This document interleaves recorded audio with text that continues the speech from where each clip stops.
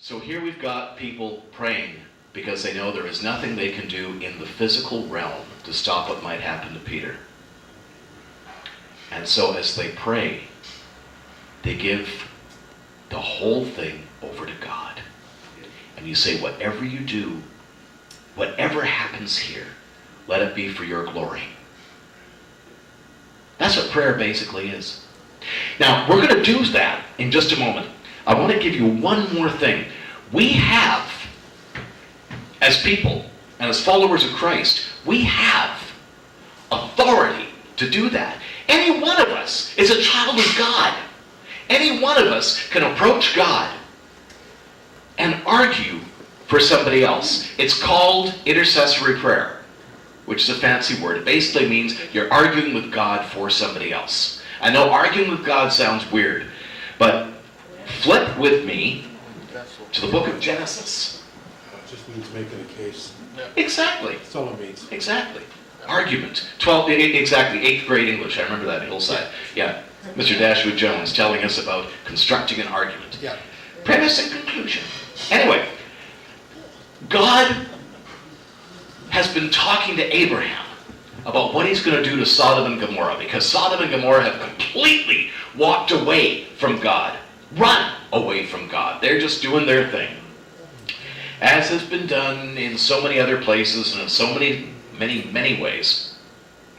And the Lord said, because the cry of Sodom and Gomorrah, this is verse 20 of chapter 18, is great, and because their sin is very grievous, I will go down now and see whether they have done altogether according to the cry of it which is come unto me. And if not, I will know. So he's going to go down and look for himself, like God couldn't tell to begin with. Let's just say that if God's going to visit an area, you know there could be some trouble. And Abraham, verse 23, Abraham drew near and said, will you also destroy the righteous with the wicked? Supposing there are 50 righteous in the city, will you also destroy and not spare the place for the 50 righteous that are there? That would be far from you to do after this manner, to kill the righteous with the wicked, and that the righteous should be as the wicked. That would be far from you. Shall not the judge of all the earth do right? He's basically saying, Lord, this is not like you. And God says, all right, fine. If I find in Sodom 50 righteous within the city, I will spare the place for their sakes. Now Abraham pushes the envelope. He says, behold, I have taken upon me to speak unto the Lord, and I am just dust and ashes.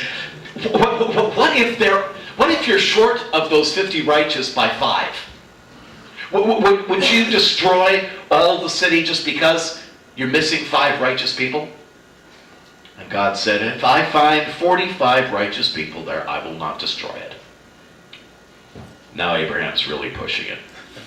He says, but supposing you find 40 righteous people there.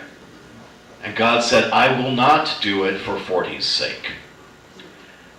Then Abraham said to him, oh Lord, please don't be angry, but I will speak. What if there's 30 righteous people there?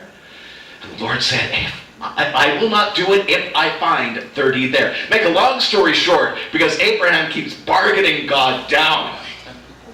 And finally, it's like 10 people. And the sad part is he couldn't find 10 righteous people in Sodom and Gomorrah. And so, and down it goes. The fire and the brimstone scene falls on Sodom and Gomorrah.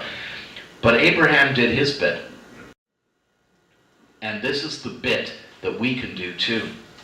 The Apostle Paul says, in your prayers, he writes to Timothy, first and foremost, make prayer and supplication for all men, for all people, let's say.